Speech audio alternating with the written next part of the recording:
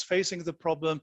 China at the same time was already building new international supply chains and lines of communication to have alternatives actually to move on with. And as in these times, actors strive to stick below the threshold of war. They look for all gray zone activities that in this complex world have a role. And when you look at that, you could talk, the Europeans are more or less fixed to a kind of chess game. So who is stronger, who makes his path, while we see in Asia more the go game that is trying to keep others from moving, get them stuck in certain positions. So we are dealing with this complexity in every way we have to deal with, about our living circumstances, about communication. 5G is one of these things. Do you still own your communication? Is it true what you hear and what you see? We know that there are more or less real-time fakes possible in videos as we speak. So is it true what we read, what we see, what we hear? Is it true? We have to think about migration issues.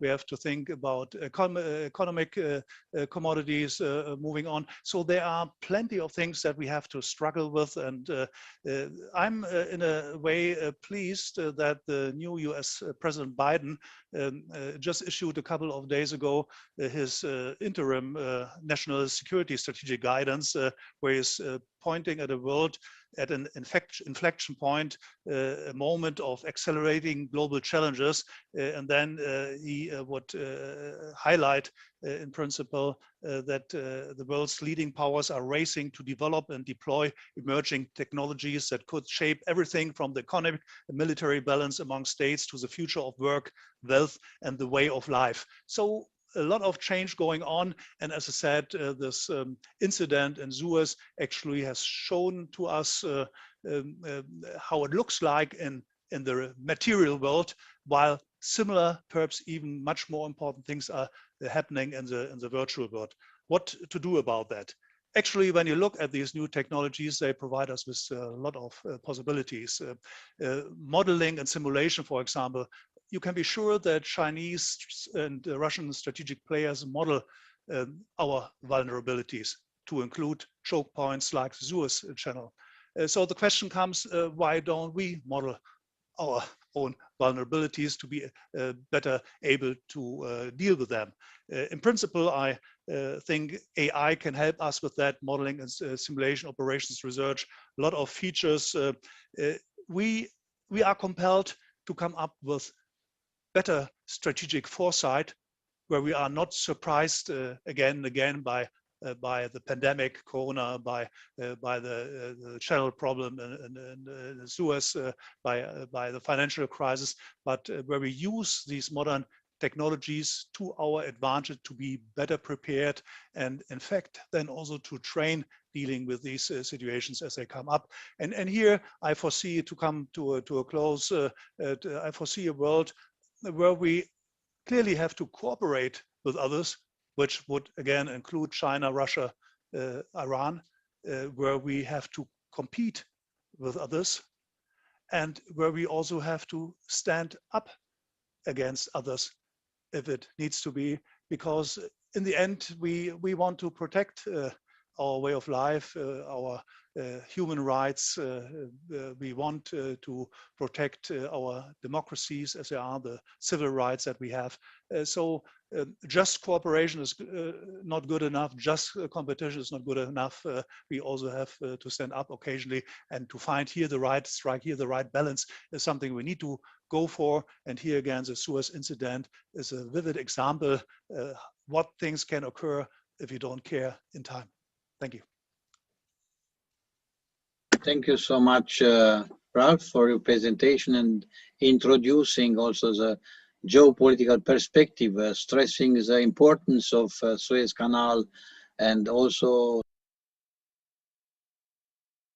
major vulnerability of our European Union, because we have this supply of goods and export of goods from European Union to Asia in a new dimension. And we hope this will be a topic to be discussed. It's not time enough to wait for a new Arctic connection between Europe and China over the northern part of Russian Federation and so on, or to wait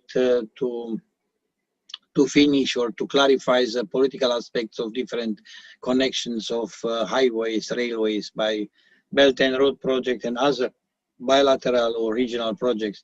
It's a must. We need these alternatives, and excellent perspective will bring us Major General PIVARIU from his years of experience in geopolitics, civil and military perspective. General, you have the floor. Thank you so much. Thank you very much, Mr. Chairman, for your nice words and introducing me. I am very honored to participate at this debate. And even it is not my main subject of expertise, I hope to give some idea which the participant will find interesting. First of all, I want to point out that the maritime transport represents the most important segment of the world total transport, as they cover, according to the latest data, 89.6% of the volume terms and 70.1% in terms of value of the global total. Moreover, they have the advantage of not only being cheaper, but also being less pollution per freight ton as compared to the other transport modality.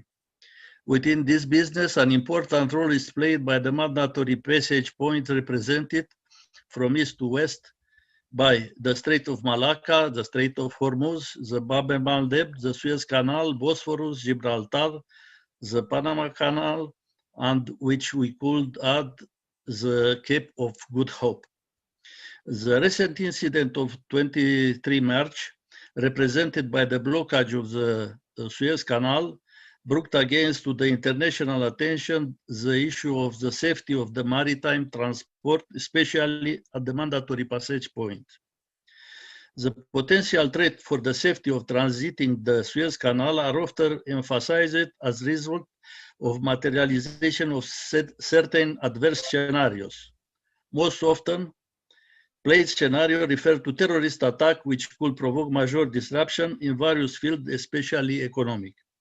The indigenous incident threats are not as attractive for the public opinion.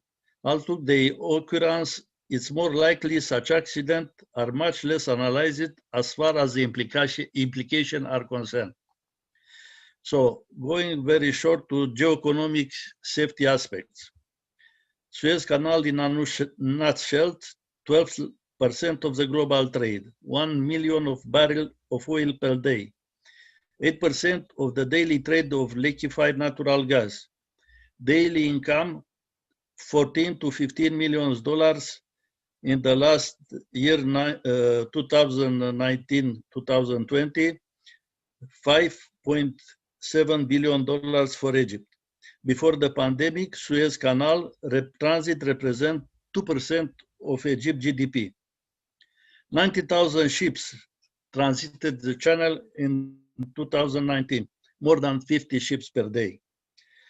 The recent incident provoked an agglomeration of more than 360 ships until the canal returned back to transit, and the value of the block freight was estimated to be over $10 million.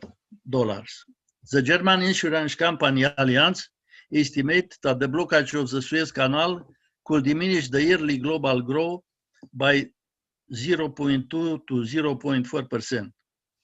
The Wall Street Journal emphasized that as a result of whatever given incident, the cost of freight for the transportation ship between Asia and the Middle East increased by 47%, mainly due to attempt to rerouting the ship in order to avoid the Suez Canal. This means more 8 navigation days. Yet, the temporary blockage of Suez Canal affect not only the global maritime industry or the Egyptian economy, but also innumerable other companies, corporate and retail end user of transport services. It is likely that, having in mind the financial losses, the feasibility study for commission of North route of maritime transport be speeded up, as is mentioned before. Although some experts say that is not feasible, and the rash action of opening up the ice shelf with 3 submarines is more of a propaganda campaign than an affordable possible solution. The maritime container shipment as part of the logistic global chain could add up to the already chaotic situation following the disruption generated by the pandemic. Few physical safety aspects. At the time of impact between the ever-given trans-container and the shore of the canal, the wind speed was approximately 40 knots per hour. Is the possible that human piloting error or objective technical consideration be added to unfortunate weather condition? Credible sources maintain that the Suez is known also as a Marlboro country and suggest that presents are being given to the piloting people. The canal is vulnerable to possible obstruction caused by transit ship, especially in 3 sectors. I suppose there are no. The canal is relatively vulnerable to terrorist action in the Suez Canal bridge known area, known as Egyptian-Japanese Friendship Bridge, or in Al-Ferdan Railway Bridge. Short aspects of military and operative intelligence security. The Suez Canal is one of the strongest defense strategical objectives in the world as part of the critical global transportation infrastructure. Few security events was witnessed so far. The most important was recorded in 2005 and 2009, which was quickly solved. The Third Egyptian Army and the Security Service have a mission securing the vessel safe passage and are controlling the vulnerability liable to be exploited by hostile forces.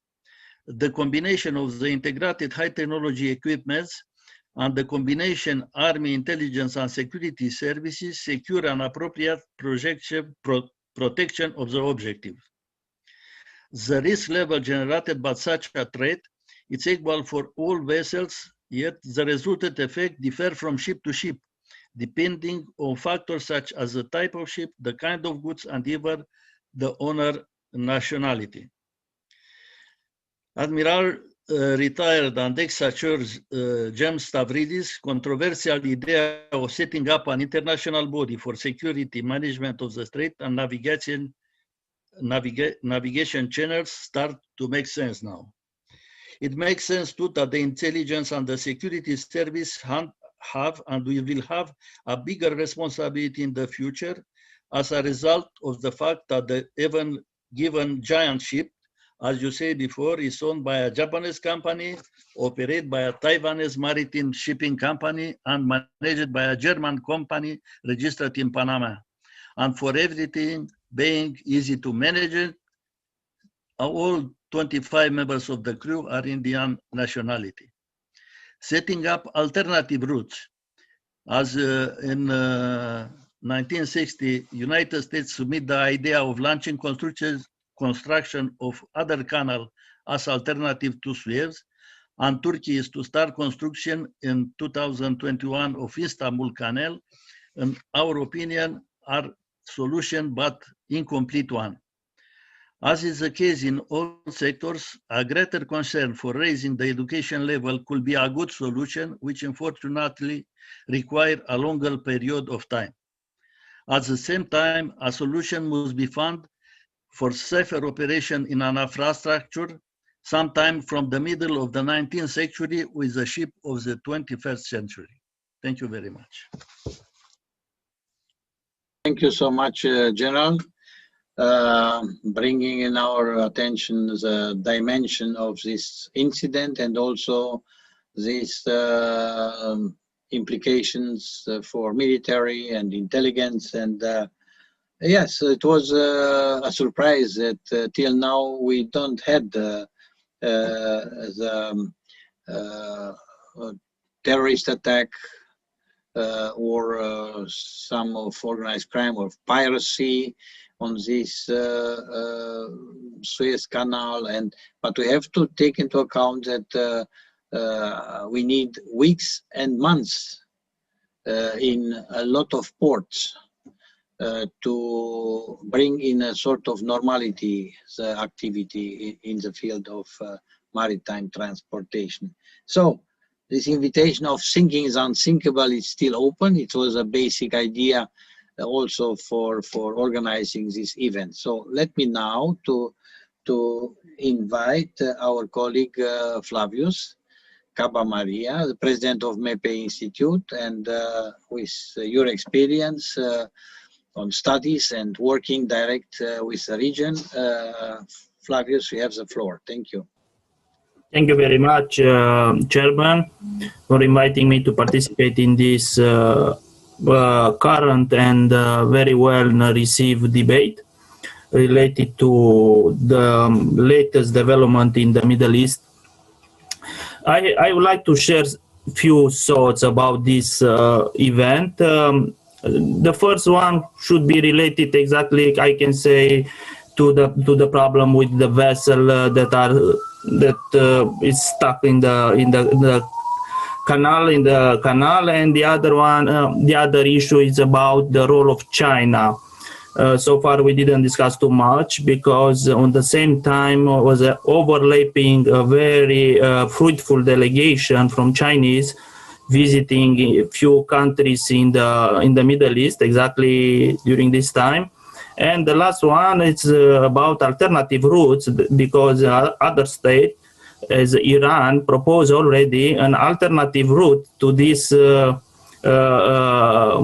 channel, Suez Canal. So, firstly, I would like to stress that this event is a reminder of how vulnerable maritime transportation is to block choke points.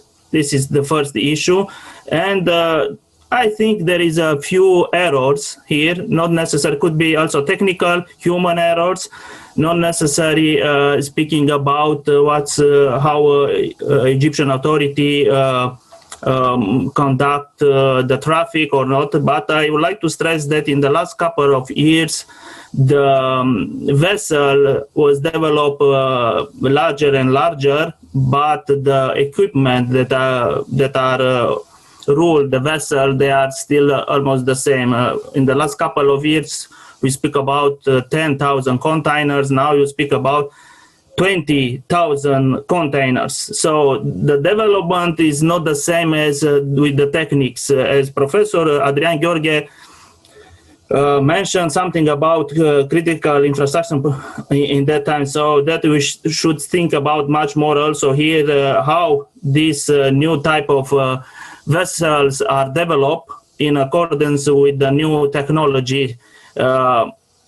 Related to the traffic, maybe it's difficult even though for us to see what is the error, human error or natural problem, because that line channel, Suez Channel, is a straight one.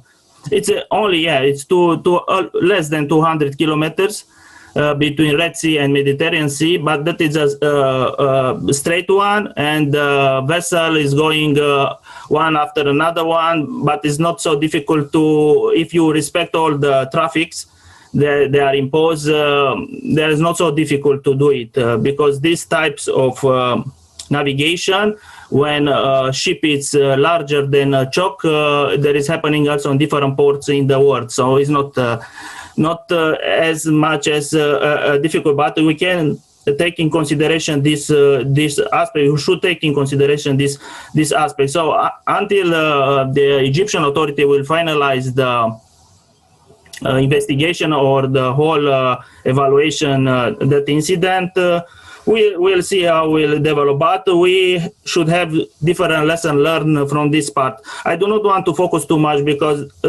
too much on economic figures.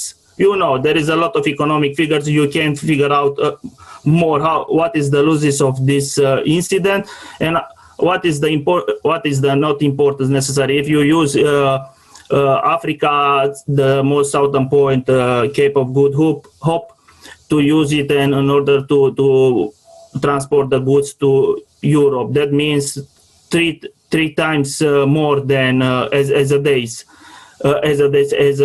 distance than using channels Suez. So, but I would like also to speak about now about Iranian side, and the last point will be China. During this time, Iranian ambassador to Russia proposed activating a shipping line that pass through the Iranian territory. I do not know if that should to link north and south. And they said it's time for Iran to develop much more the links between Chabahar port, with which is developed together with Indian side, to develop that port. This is a line of trade line using railways, long maybe around 7,000 kilometers. So now Iranian side proposed developing more this land route, but using Chabahar port, and also in the same time also discussing with Pakistani side, because they also use Gwadar port. In this case, you will avoid these two main checkpoints. The first one is Malacca. If you are transporting goods from China, if you use Gwadar, Pakistan port, you will avoid Malacca Strait. That is very important. It's the same as here as Suez Canal. And the second one is Chabahar port, that is developing with the Indian side. So Iranian side already started to say it's needed to develop this route, and also the time to reach Europe, it's roughly 20 days, less than it's currently, even though using channel Suez, and also the cost is less with 30% than this current route. So other states is already think about to develop this route. On the same time, Turkey already they also announced they are eager to develop with Russia and Iran land routes to connect to China in order to avoid even Suez Canal. So that means these four main actors, as Turkey, Russia, Iran, and even though China, they are thinking about to develop more land routes to connect Europe, to connect East and West overland trade. Now moving a little bit on the third point to China, because I think China is very important on this geopolitical as an implication. Now Chinese said it's time to implement much more faster Belt and Road Initiative projects. That means to facilitate East-West overland trade in such a way that the global economy will finally reduce its dependence on choke points, as I already mentioned, Malacca Strait and Suez Canal. So you should see how Chinese will develop the whole strategy in the Middle East, because during the last visit of Chinese Foreign Minister Wang in Middle East, he paid official visit in 5 states as Turkey, Iran, Emirates, Saudi Arabia, and Bahrain, and on a working visit in Oman. So besides this, China would like to play much more a greater role in the Middle East in the security, especially in the Gulf region, and with the 2 main purposes. The first one, it's securing oil facilities, and the second one, it's about shipping lines. China is very concerned about shipping lines. Okay. So with this issue, I would like also to conclude that you should follow the issue China, how it's engaging in the Middle East and how they will play in the near future. And I would like to say that Egypt is a part of Belt and Road, and China invests a lot in Egypt. Thank you very much. Thank you so much, President Flavius Cavamaria, for the presentation and stressing a lot of things which are not so well known to the general public. That means the cooperation of the countries of the region with key actors like China, like India, like Iran, and so on. So it's a special request I have to make now, Professor Adrian Gheorghe, if you accept to make again the presentation due to these technical problems.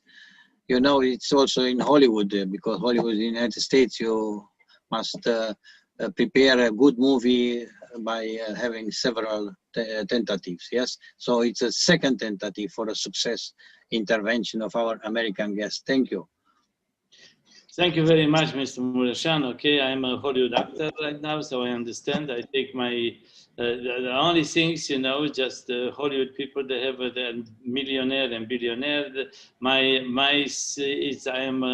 I'm a millionaire, but 0.00001 millions. So that's what you can understand. So now coming back to our situation right now, it is unexpected, you know, unexpectedly this technology didn't work. Unexpectedly, ever given, had a problem since the Suez Canal. Nobody expected that, all those things, as you discussed before, like black swans and now great rhino, it happened. So the questions and issues which are now floating around the idea of risk, vulnerability, resilience, fragility, perception, governance, they coexist right now in understanding this situation. And on the top of that, what the topic of this meeting is geopolitics. So I think that issues of system of systems, because in this case, many systems, they had to coexist. So they brought the idea of complexity.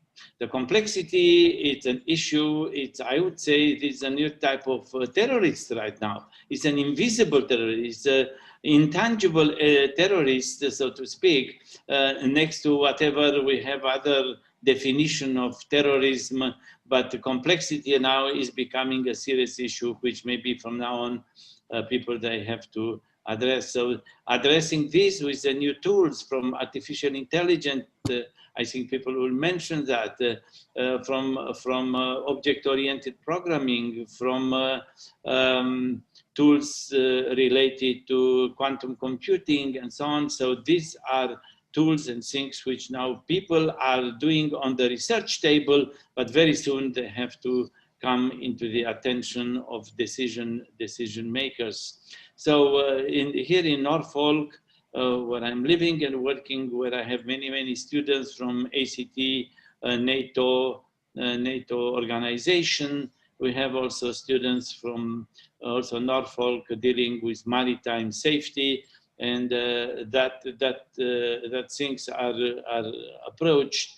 And just to be even more concrete, we won a contract with Naval Postgraduate School Monterrey, as well as Department of Defense, on supply chain and blockchain for resilient acquisition topic. So you can see we are involved in this, and I think that's an issue to be a lesson from the others. I think that through our previous participation in International Risk Governance Council, Dr. Muresan mentioned issues before. So we discussed at large this critical infrastructure issue, and together with our Japanese colleague, Norio Okada, we analyzed what it was called at that time global critical infrastructure, with a case in study how to transport things from Osaka to Norfolk through various type of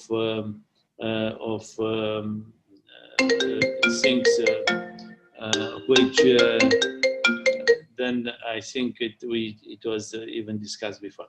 So I would say that on the top of natural hazards, we have to understand very soon it will be issues like probably, and it happens, is electromagnetic pulse, which can destroy navigation cybernetic control, and that might lead even to a bigger confusion and things in the world, which then is just waiting to happen. Maybe it's a black swan.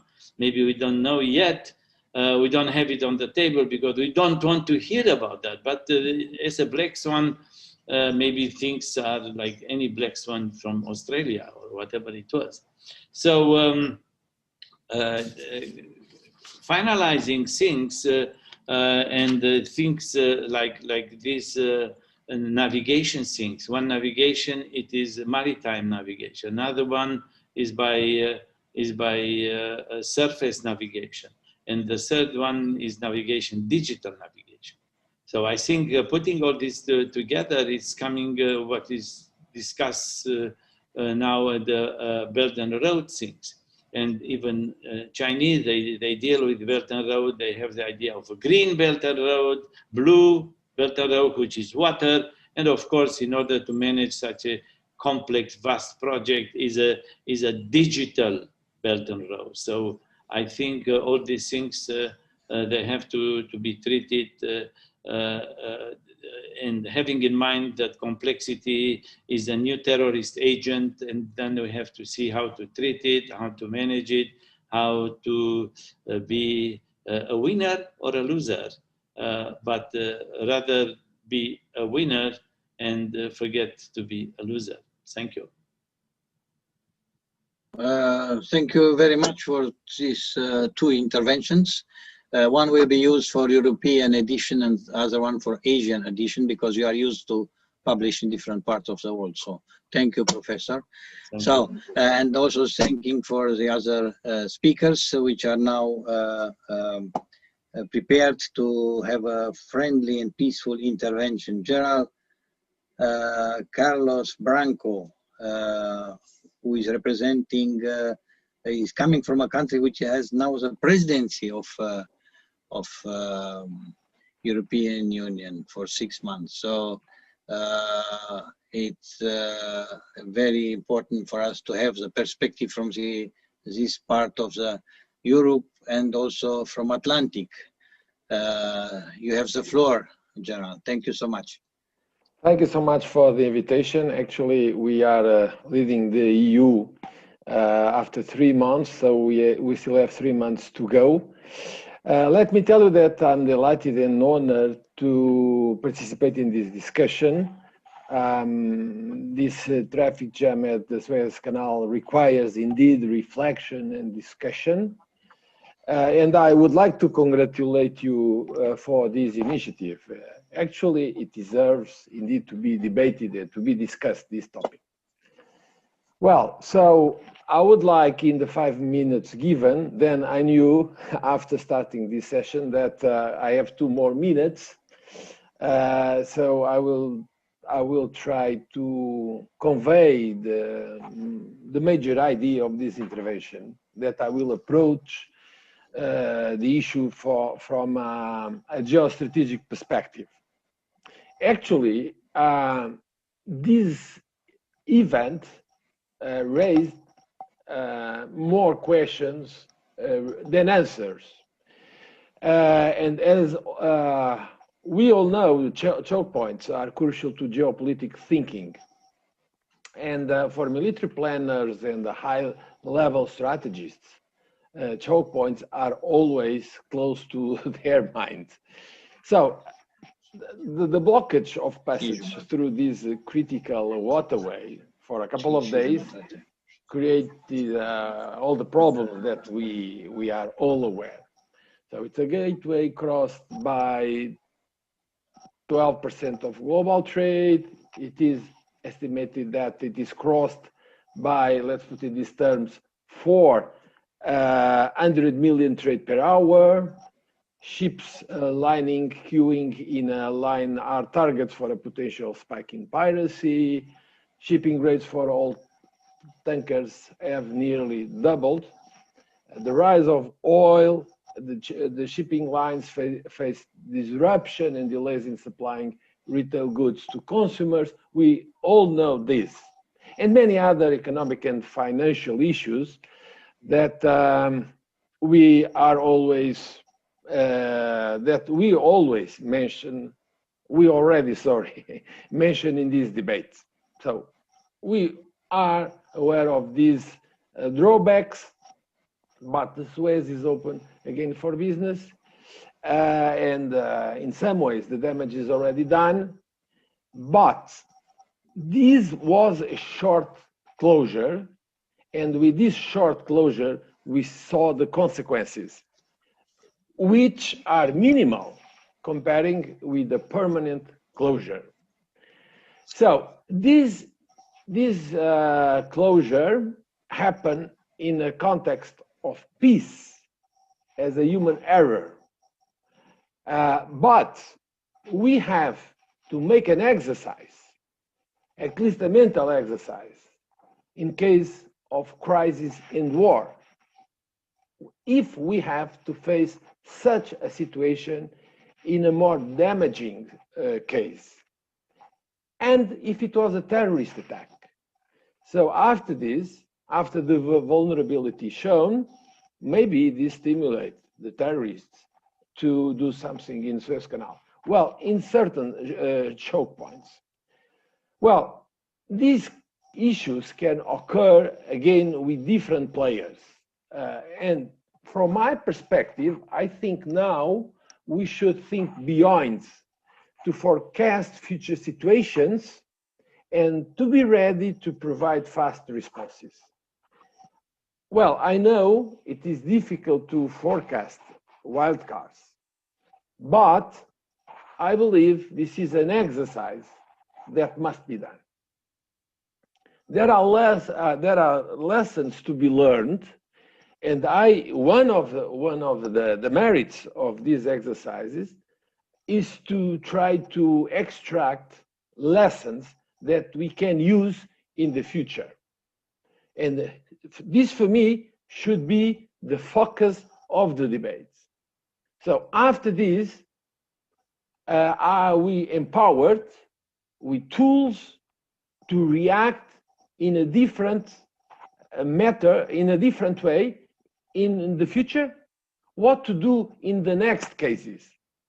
And let me tell you, and I know this is a triviality because you will know the likelihood of being repeated cases like this is real.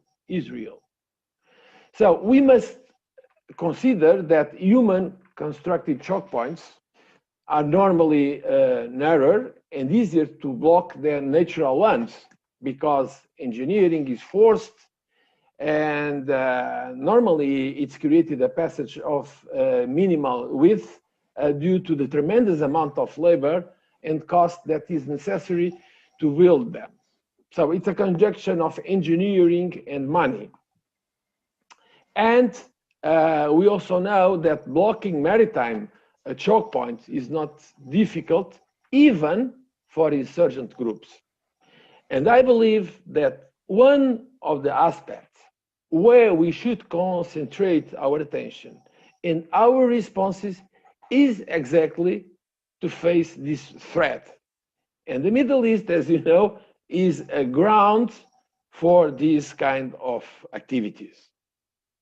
So, Suez Canal has demonstrated the fragility of man-made choke points.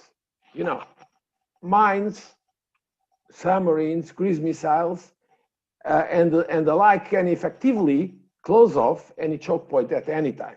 But in this case, I'm speaking mainly to more, more empowered enemies, adversaries, because I'm talking about mines, I'm talking about missiles, but there are other tools that can be used to block such an infrastructure with less resources. And it's not difficult, it's not technically difficult. Well, so, do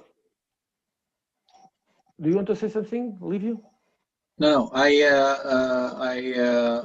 invite you, if it's possible, to have the concluding remarks. Okay, sorry. This changes the program, please. Okay. So I would like just to add two more things. Well, the SUEZ should remind us of our vulnerability, not to an accident, but also to the nature of war that humans have always in the horizon. In case of a terrorist attack, for instance, the SUEZ Canal is quite vulnerable, as are man-made choke points. So I believe that in mind you have others already. And in the debate, we could introduce what could be done by the EU in order to help Egypt, a sovereign nation, to avoid things of these sorts and other, neither to repeat nor to happen. I'm not patronizing, but for instance, of course, the EU could try to assist Egypt. I know this is an insufficient response, and we do not have response, but we have to think of this issue, especially to understand at what level these issues could be fast responded. This issue was already mentioned, addressed in a previous intervention, and what is supposed to deal with complexity. But there are similar problems to consider. We could also add in this debate the more complex Panama Canal. It's a subject of a similar problem, and other important choke points. Sorry for this. Thank you so much. First, bringing in the discussion this military perspective, block ships and other different events which can occur in the field. In the same time, speaking about the role and the importance of Egypt for European Union, and they have a Egyptians have sort of memory with the SUEZ Canal events, with the regional big powers.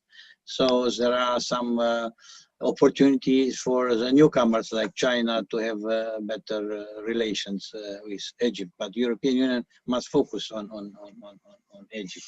So may I invite now, thank you so much, may I invite now Professor Gabriel RAICU. He's a Vice Rector of Maritime University Constanta, and we are very interested to listen to your presentation, Professor. You have the floor, please, 7 minutes. Thank you. Thank you. I will try to be very brief in my presentation because a lot of interesting things already was spoken in this meeting today. Why is the SUEZ Canal so important? Because about 12% of global trade passes through the almost 120 miles channel, which connects the Mediterranean Sea to the Red Sea and provides the shortest link between Asia and Europe.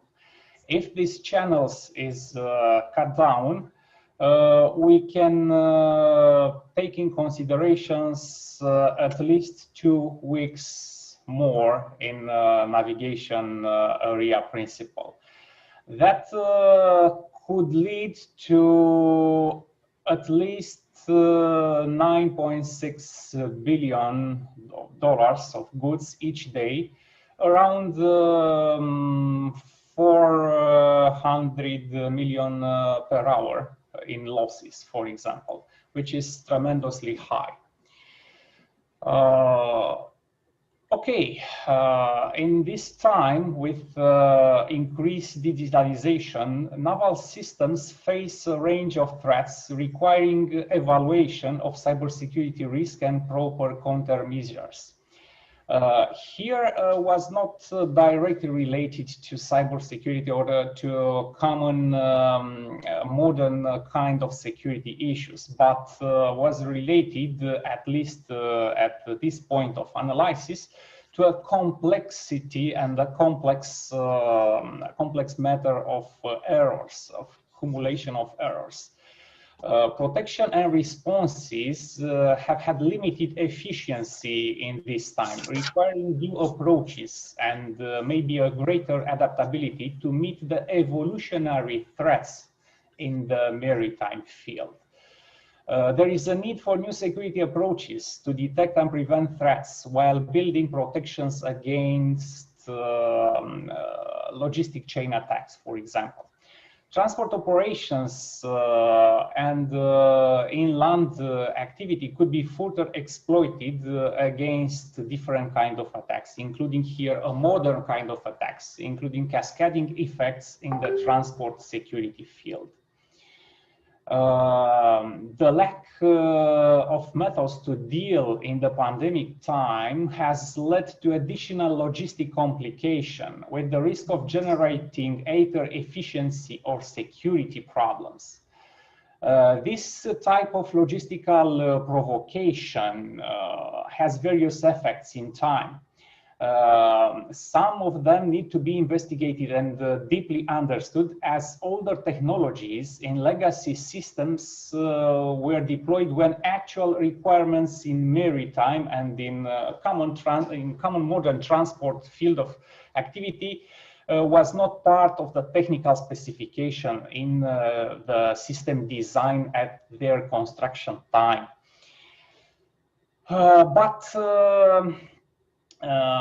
In this introductory part, I want to say something about our university profile, because I think it is important to know how the educators in the maritime education training field address this kind of problems. For example, we are starting in last 5 years to design a new approach in good cooperation with IMO requirements. IMO is the International Maritime Organization. We start to organize a different interaction with this organization and with subsequent partners in order to enhance the maritime security, but also the transport security and in the end, the global security. For this, we invested heavily, around 7% of our global investigation funds, in order to be able to find the proper way to address this kind of problems. Well, but if we want to return to the more focused events, we can pinpoint here an initial facts in this accident, in this incident, in fact. As you already know, the complexity of operation of this kind of vessel are tremendously big, because they are owned by someone, operated by another one, and managed by a third party. This kind of activity in global transportation today make the rescue things and recovery operations a little bit complicated. Not complicated in terms of operational things in channel area, but in terms of incident study and the lesson learned in the future.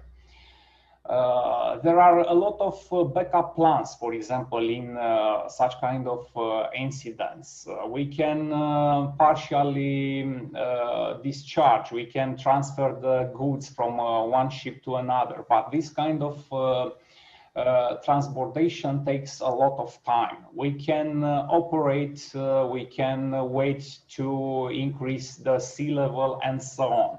But none of these methods are proper and are well suited for a normal case.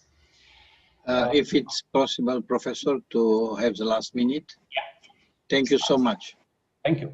Starting with this kind of incidents, we can think about another critical areas around the globe. You can see here only a few of them. In reality, there are many, because no dangers are narrowed, can be narrowed around one strait and on one channel, because they are interlinked together. You can see here a lot of interesting things. The Suez Canal blockage can lead to a great modification in maritime roads. If we can imagine some blocking in Panama Channel, also will lead to different modification in the global trade. I will try to make just in time at this moment a sort of interaction, a live interaction, right in the Suez Channel, for example, in order to see what are the situation right now. We can observe here a very concentrated group of ships which are waiting for the channel to operate normally, because despite the unblocked ship, the normal operation in this channel area are not easily restored. It will take around 6 days maybe to attend the normal operation influx. Well, we can raise here a lot of questions. We can bring here a lot of problems. But anyhow, I promise in the beginning try to be brief. If there are some questions or some comments. Thank you so much. We are receiving meanwhile some questions, some comments. So it is not possible to speak about geopolitics, about maritime security without maps. And thank you so much for bringing the maps, and also with very inspiring dots, of course, with the ships moving or ships in waiting. Last but not least, thank you so much, Professor. Last but not least, we have our colleague, Dr. Alexandru GEORGESCU, who is now with us and have some final remarks to our discussion. Thank you so much, Dr. GEORGESCU. Thank you very much. I want to say that this incident in the Suez Canal is viewed as some sort of incident which is out of the normal way of how things are done. But in practice, the global supply and production chain is extremely vulnerable. The experts say that the incident in the Suez Canal could have been much worse. For instance, the collision could have taken place upriver towards the Suez port, where the banks are not made of sand but of rock, and could have damaged the ship. It could have taken place in November or December, when, because of the holiday seasons, the maritime transport picks up even more, and at the same time there are worse weather conditions. But I would like to point out the fact that the incident now in the Suez Canal is not the only incident affecting the global supply and production chain today. We have multiple incidents at the same time all over the world affecting a system which more and more seems to be very fragile. And I will give just a few examples. For instance, ever since the winter wave in the United States, especially in Texas, there has been a problem with the supply of plastics and and resins in the world, affecting producers in many countries, especially in the US, which rely on plastic supplies. So that is also a problem of supply and of transport. At the same time, we have seen that there is a semiconductor shortage because of the rebound in the production of automobiles. And prior to that, the fabricators of semiconductors had oriented themselves towards other markets. And we see that Toyota, that Volkswagen, Fiat Chrysler have had to reduce production or to shift production because they could not get enough semiconductors to produce the automobiles. At the same time, another very interesting phenomenon, because of the pandemic, the global supply system has become much more inefficient. For one thing, there was a rebound in consumption, while at the same time, the pattern of consumption has changed. This means that there was more and more pressure on the existing supply chain. The factories in China had to produce more and deliver more. This has led to situations where in the United States, the lead times to wait for merchandise from China to arrive to the United States has gone from 30 days or a few weeks to more than 2 months. It is a veritable shortage of container space. Why? Because the Chinese are paying a premium to get containers coming back even empty towards China so they can export their goods. And this has caused a crisis in the capacity of the transport of other goods, including foodstuffs, to markets around the world. At the same time, also because of the pandemic, there is a problem with offloading ships in ports. There is a problem with having enough trucking capacity in order to move the containers. For one of these huge container ships, you need 8,000 trucks just to be able, movements just to be able to offload them. So this means that at every step of the way in the supply and production chain worldwide, we can see stressors appearing here and there. And when these stressors align, we can see a very, very big incident. One of these stressors took place in the Suez Canal, where 13% of global trade takes place. It goes through that canal. And because of the plans of the Egyptian authorities to widen the canal, its capacity is predicted to double by 2023 compared to 2014. So this is very interesting. And in the area of critical infrastructure protection, we work with a concept called normal accidents. These are accidents that take place because of the inherent complexity and fragility and the couplings of an infrastructure system. What happened in the Suez Canal, although regrettable, is not a one-in-a-lifetime chance or something extraordinary. It is something that we would classify as a normal accident, something that you would expect would happen. And if this takes place, as Professor RAICU also said, if this takes place in multiple areas at the same time, if there is an effect in one part of the world affecting the other part of the world, we can have significant damages. And this is because more and more we have become dependent on not just on the global production and supply chains, but on 100% functioning global production and supply chains. Why? Because we are dependent on just-in-time inventory management to reduce the costs of holding stock. So this means that companies do not have enough parts on hand to continue production if deliveries are curtailed for a week or two. They do not have enough merchandise to satisfy their current customers for the next week or two. Why? Because this entails a cost. So I believe that this incident in the Suez Canal should be a wake-up call towards the idea that we need to analyze that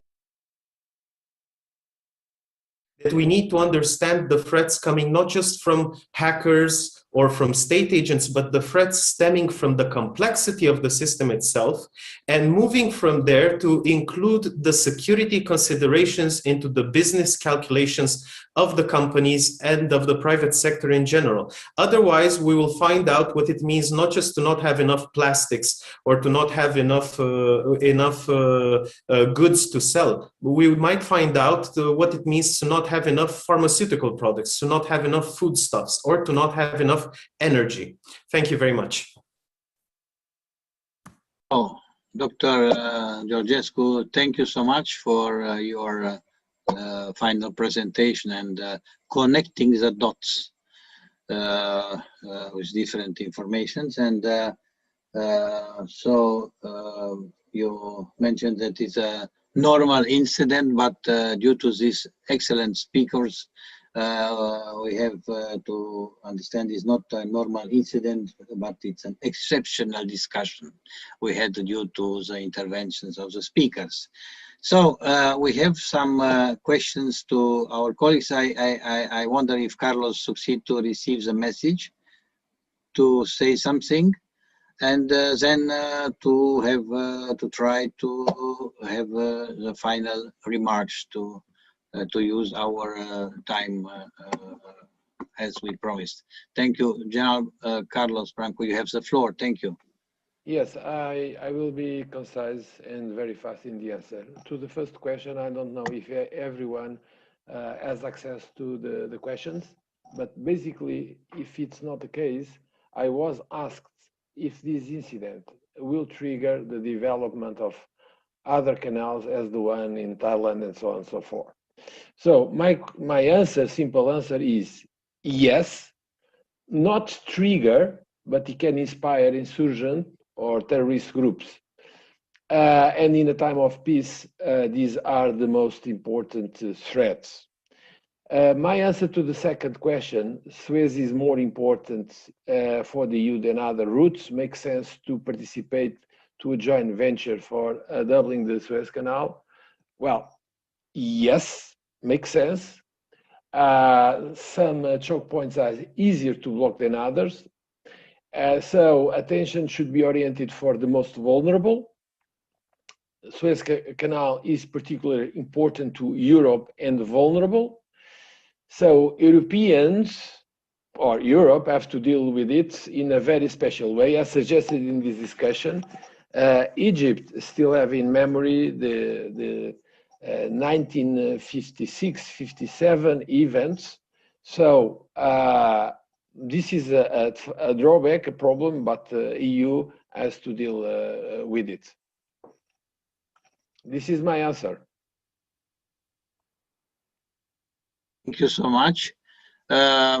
We are now coming close to our to the last minutes of finishing our discussion, and I understand I have not more received any messages here on chat or something like that.